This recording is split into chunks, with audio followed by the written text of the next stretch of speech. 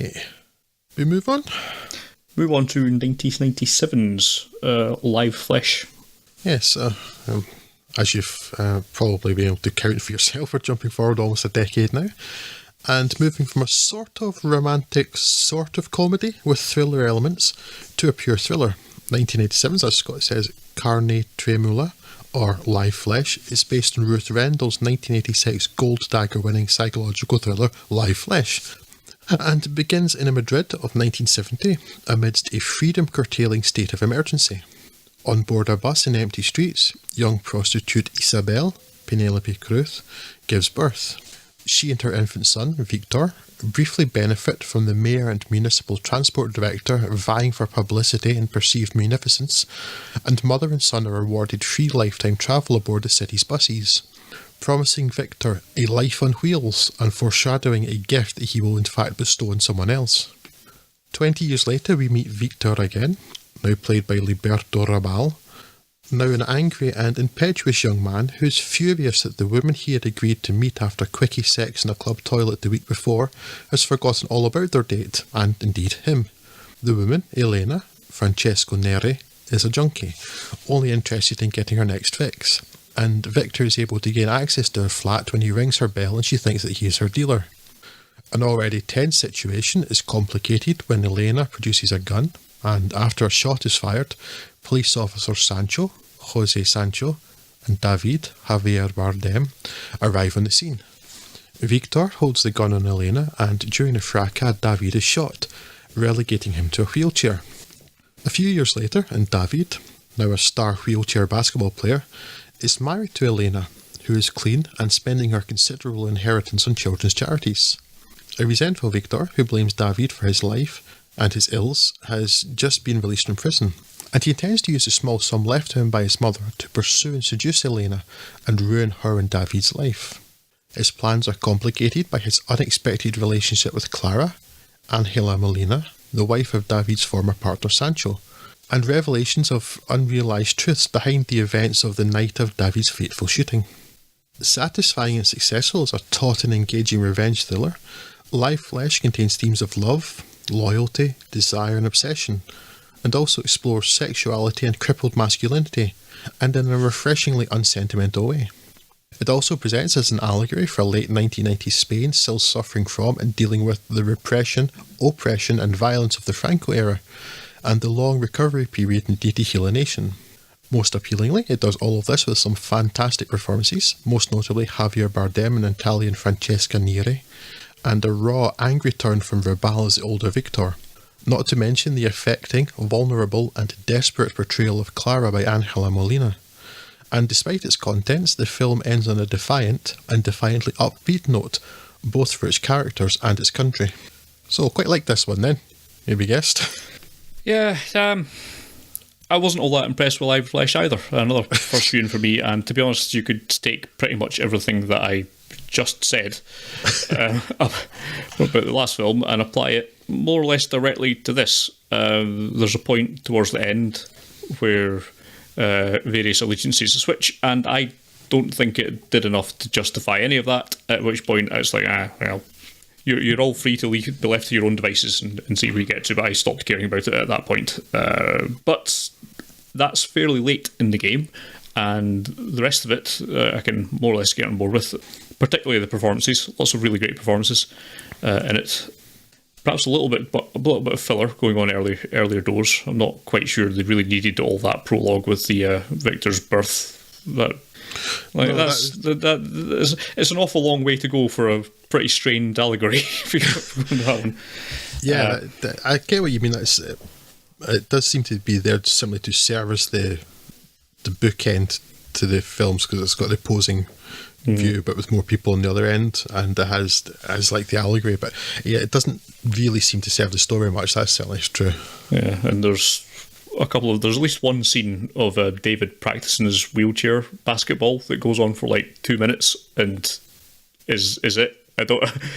It served no purpose, and it didn't seem, other than just making the film longer. I don't know what the point of it was, because it's not like there's one point when he's playing his game and you know he's losing his temper because that's part of his kind of the way that all this is affecting him, and it makes sense to have that bit in there. But the other bit is just him and the guys training.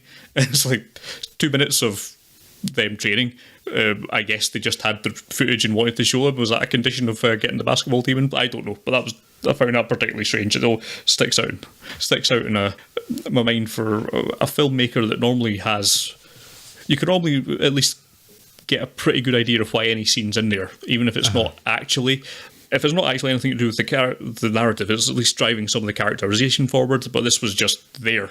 And it's one of the only scenes I can think of in all the films we'll talk about that I could not understand why you've put that in there at all.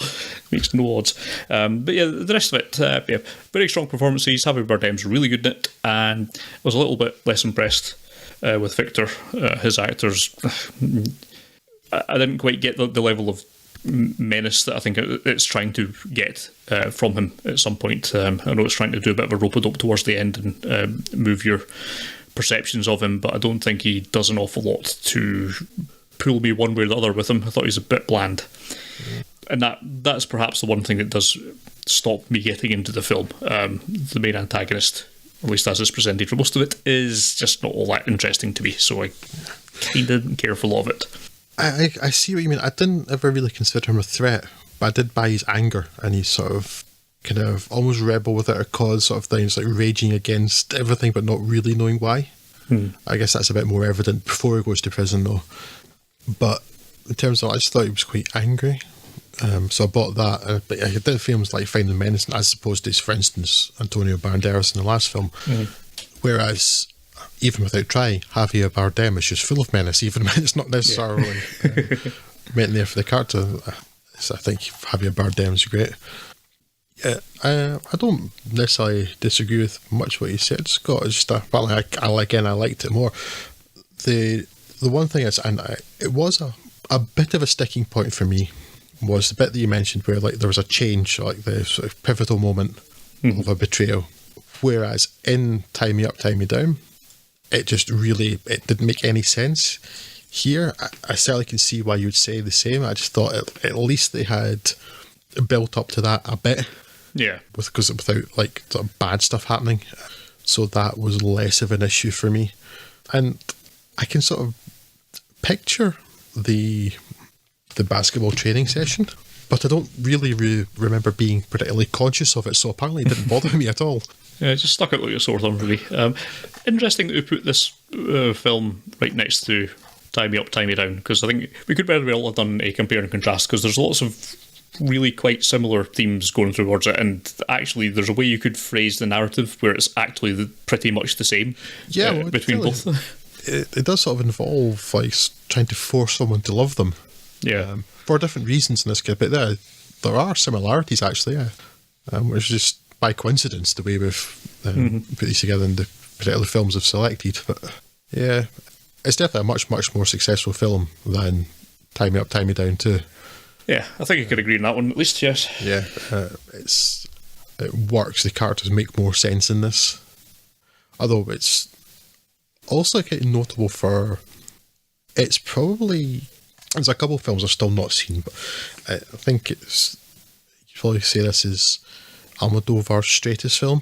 There's not, it still feels like an Almodóvar film, but there isn't a lot of the, still there's not an awful lot of colour for the most part in this. It's quite muted compared to his other films, and it's not got, I mean, there are moments of humour, but it doesn't have the amount of humour you typically expect from these films. It is a lot more just kind of straight noirish film. I mean, noirish with a bit of a Almodóvar flair to it, but not a lot, not as much as other films of his, like just scream Almodóvar. Yeah. I've not actually looked at how many films he produces. I mean, he's obviously his own production company. How much of it does he write himself? Because this is an adaptation of someone else's work, right? Yeah, but apparently quite loose from what I've read. Yeah, but I think it's rare for him to do adaptations at all, because he writes almost everything himself. Yeah, I believe his production company El Deseo makes all these films now, and I think he writes pretty much everything himself. Him and his brother write a lot of them too. Agustin Almodóvar is also the producer of a lot of these films. Yeah, I don't know is the answer. that's largely because I've forgotten the question. How many of these he writes? I think he's written almost everything himself. Yeah, that was what I was going to say that, because that's what my memory tells me, but my memory's not the most reliable at the best of times, so I wanted to check. But because there's been a few instances in the past of directors when, like when the Coen brothers more often than not are writing their own stuff, and when they do produce someone else's, it tends not to work quite so well. Especially if it's The Lady Killers, which is just abysmal. Fortunately, This is not the case here, but yeah. The Coen brothers was who I was thinking of very much, actually, too. Because the film is so much, their films are typically so much in their voice. Yes. I don't feel that Almodóvar's films are in his voice, but they're very much in his style. Yeah. Then, yeah, but it's still, I was going to say it's a really good adaptation. I don't know, I've not read the book, that's a stupid thing to say. It's certainly an adaptation. It's an adaptation, but yeah, I do feel it is given his own spin. But yes, it's certainly the only film we're covering today, I believe, that is not written by himself. Right. That's Almodóvar. Yeah, so his brother does the production, he doesn't do the writing at all, so I was being silly. You can ignore that bit I said yesterday. All the rest of them are written by him, and him alone, in fact. This is the only other film that's got another writing credit on it. It's having been co-written by him, Ray Loriga, and oh Christ, let me try this. Jorge Guerra-Echevarria. That's some surname. Crikey. Yeah, and the rest are him alone, so it's very much his vision for films that because it really is. He is an auteur. And there aren't, certainly not that are hugely popular, there aren't that many of them around nowadays. No. Yeah. So, shall we continue to move forward in time, Scott? Yes, that's how it works.